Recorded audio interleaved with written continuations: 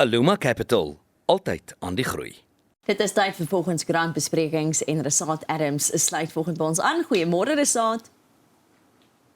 Goeiemôre Jennifer, goeiemôre Soan. Heerlik om volgende weer met jou te gesels Resaat. Ons begin by geen beampte verhewe bo die wet nie.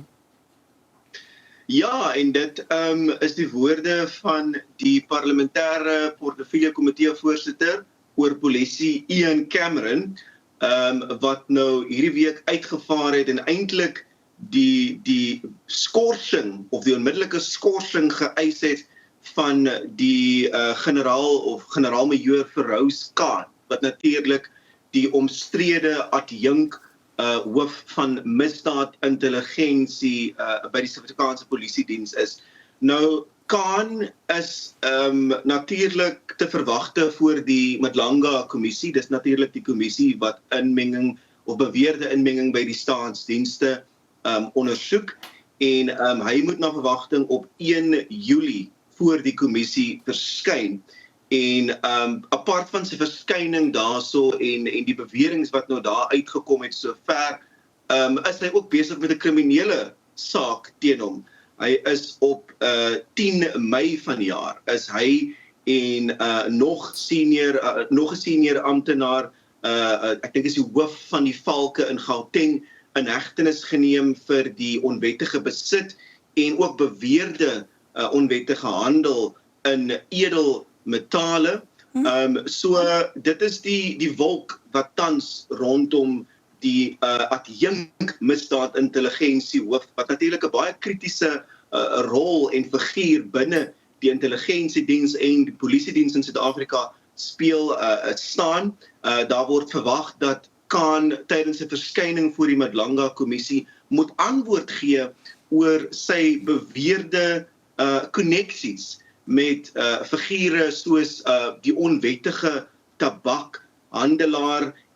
Die groot ding hierso is daai 700 kilogram kokain wat in 2021 in die Johannesburg omgewing gevind is en 'n groot deel daarvan na bewering toe verdwyn het vanuit die Silverton forensiese laboratorium toe, vingers wat nou na Khan verwys word, sy verbintenis met figure in die kriminele wêreld, maar ook met sekere politieke figure.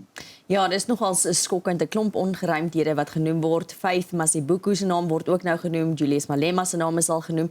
So mense hoop dat mense baie vinnig agter die kap van die bel kan kom om seker te maak wat alles hier aangaan en dat die regte mense verwyder word uit hulle pos uit. Ja, en dit is so, soos jy daar sê, Jennifer, hierdie rol ook is 'n belangrike rol.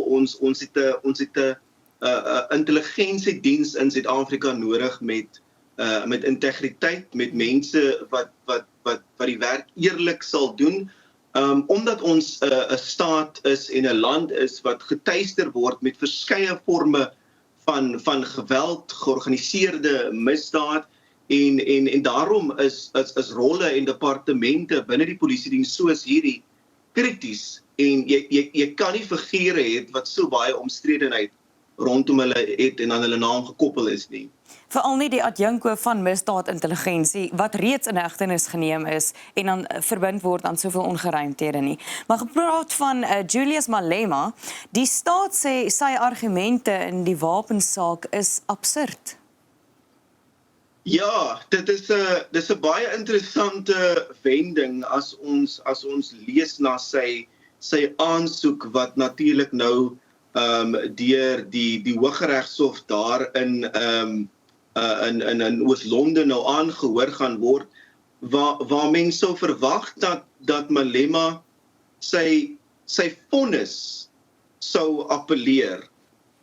Klink dit asof hy nou heel in die meriete van sy saak weer ingaan en die hele verhoor, die staat se weergawe, die staat se getuienis wat hy gelewer het, dit is waarin Malema nou weer in delf en hy wil dit nou betwis. So dis 'n interessante saak wat ons nou gaan dophou. Hy het sy aansoeke ingedien. Die staat het ook by onder leiding van die staatsadvokaat Joel Caesar ook gereageer reeds op Malema se hofstukke en ja, dit kom nou daarop neer dat Malema sê die staat het in die hele verhoor nie 'n goeie saak gestel nie. Hy bly staan by sy argument dat hierdie 'n speelgoedwapen is.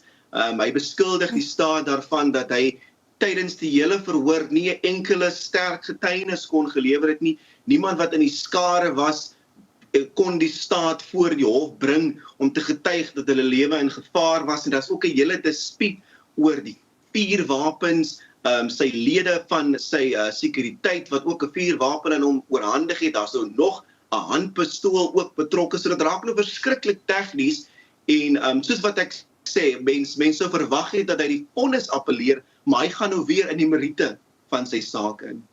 Ja, kyk, ek dink hierdie is 'n saak wat almal gaan dophou om te sien wat gebeur en want Julius Malema se politieke toekoms hang ook natuurlik van hierdie saak af.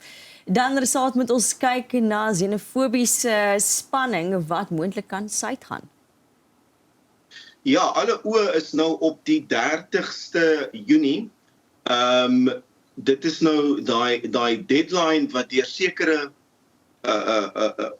drukgroepe of groepe in die land wat nou betoog teen onwettige immigrante gegee is om Suid-Afrika te verlaat.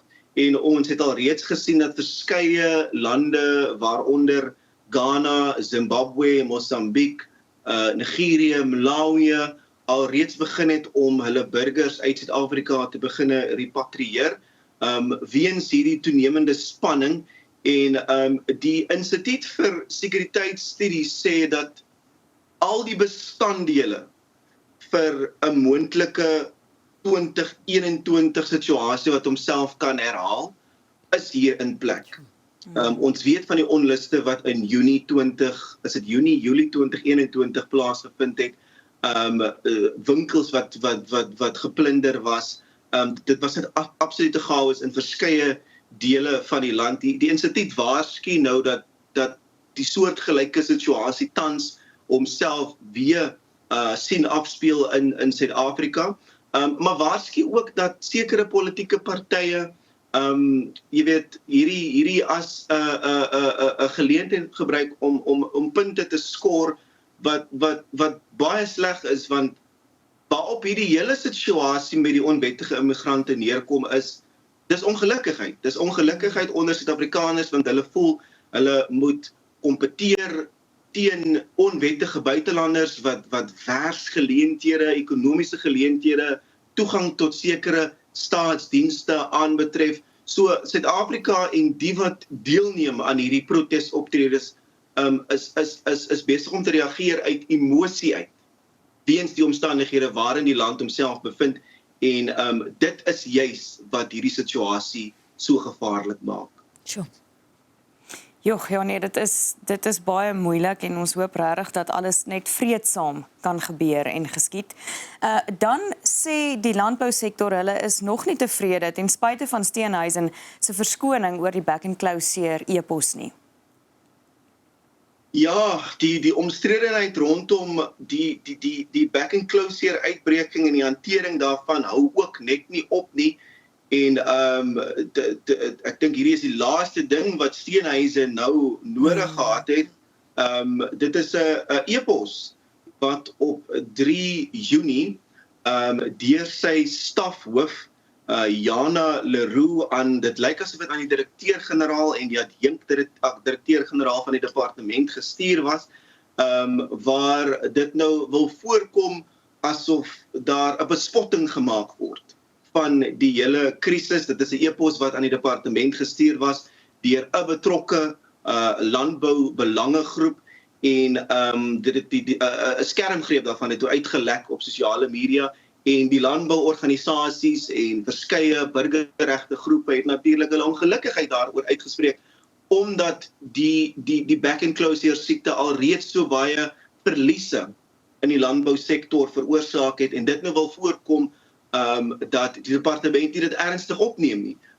Ons het voorheen al gesels, Jennifer, oor die slakkepas wat die inentingsprogramme aanbetref. Daar's nou weer 'n beroep op die departement en op Steenhuisen. Ek het vroeër verwys na daai belangrike wending in daai hofsaak waar die hof beslis het dat die privaat inentings mag plaasvind. Daar's nou weer 'n beroep dat hierdie moet verspoedig word en geeskaleer word. Private veeartse moet toegang tot hierdie inentings kry. Ons weet dat daar miljoene inentings in staatsbesit is, maar die goed kom net nie by die boere uit nie. Daar word nog gevra dat die proses moet verspoedig word sodat hierdie back and closure siekte weer tot einde gebring kan word weens die skade wat dit sover veroorsaak het.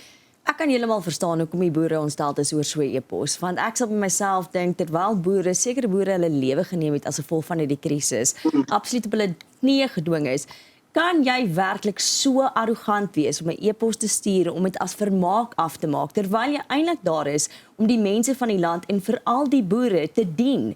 Jy is nie verhewe bo hulle nie. En ek dink daarom die frustrasie dalk van die boere om te gaan, weet jy wat, jammer is dalk nie goed genoeg nie. Ons soek meer aksie eerder as net bespotting van hierdie absolute, jy weet, wekroep wat ons op jou rig om te sê help ons op hierdie stadium. So ek kan verstaan hoekom die boere so voel.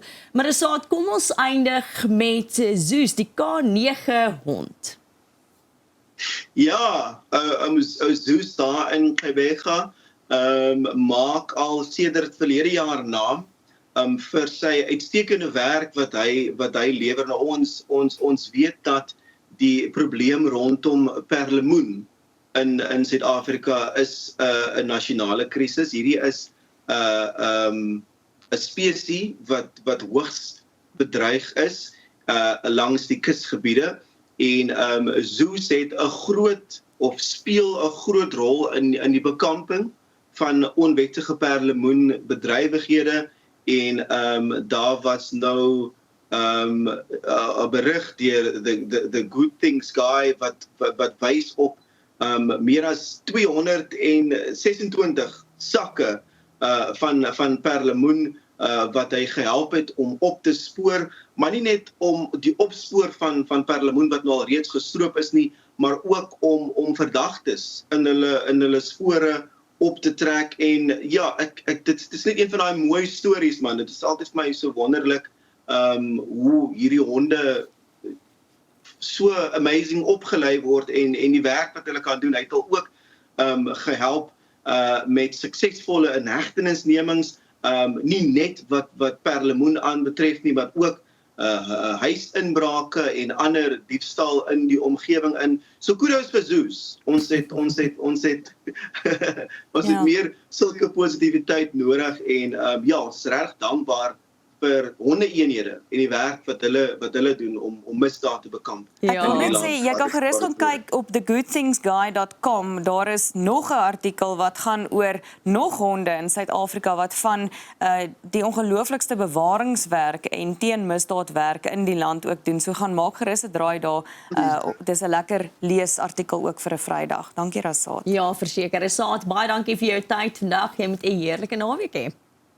Julle ook goed gaan, dankie. Dit is dan Rasaad Adams. Ons is nou weer terug met nog ontbyt.